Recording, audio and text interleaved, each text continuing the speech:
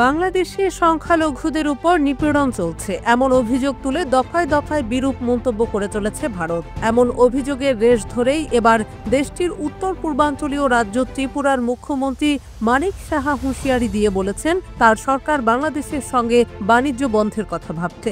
একই অভিযোগ তুলে পশ্চিমবঙ্গের কলকাতা ও ত্রিপুরার আগরতলার দুটি হাসপাতাল ঘোষণা দিয়েছে তারা আর বাংলাদেশি রোগীদের চিকিৎসা সেবা দেবে না। ভারতের আসাম থেকে প্রকাশিত ইংরেজি পত্রিকা দ্য আসাম ট্রিবিউনের অনলাইনে প্রকাশিত এক প্রতিবেদনে এ তথ্য জানানো হয়েছে। ত্রিপুরার রাজধানী আগরতলা প্রেস ক্লাবে ৩০ নভেম্বর শনিবার সাংবাদিকদের ত্রিপুরার মুখ্যমন্ত্রী মানিক সাহা বলেছেন বাংলাদেশের সঙ্গে বাণিজ্য বন্ধের বিষয়ে তারা ভারতের কেন্দ্রীয় সরকারের সঙ্গে আলোচনা করছেন। তিনি বলেন, আমরা এখনো কোনো সিদ্ধান্ত নেইনি, তবে পরিস্থিতি যদি স্বাভাবিক না হয় তাহলে যে কোনো কিছু ঘটতে পারে। এর আগে পশ্চিমবঙ্গ বিধানসভায় বিরোধী দলীয় নেতা বিজেপির শুভেন্দু অধিকারী বাংলাদেশের সঙ্গে বাণিজ্য বন্ধের দাবি জানিয়েছিলেন।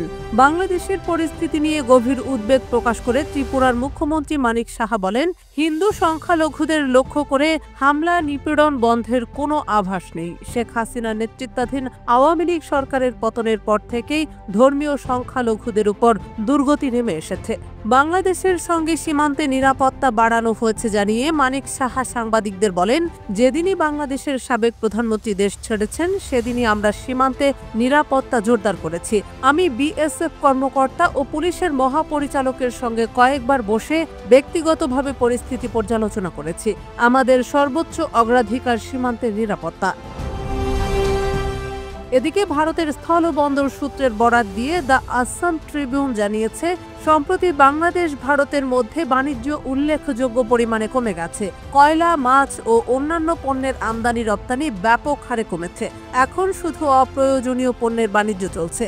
ভারতের স্থলবন্দর কর্তৃপক্ষ জানিয়েছে বাংলাদেশের সঙ্গে ভারতের বাণিজ্য সাম্প্রতিক সময়ে ব্যাপক হারে কমে গেছে।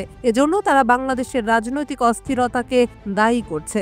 ভারতের অভিবাসন দপ্তর জানিয়েছে বাংলাদেশিদের আর আগের মতো ভিসা দেওয়া হচ্ছে না, কেবল স্বাস্থ্যগত জরুরি পরিস্থিতির ক্ষেত্রে ভিসা দেওয়া হচ্ছে।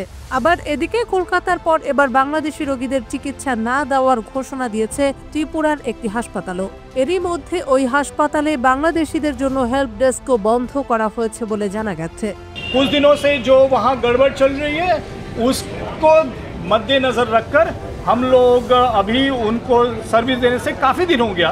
बहुत दिन से ऐसा हमने एक्टिवली कुछ ऐसा नहीं किया जहाँ हमको वेलकम कर रहे हैं या उनको सर्व कर रहे हैं। और अभी क्योंकि ये भावनाएं बहुत जोर पकड़ रही है, इसके साथ हम खड़े हैं और इसके आगे नहीं भी होगा।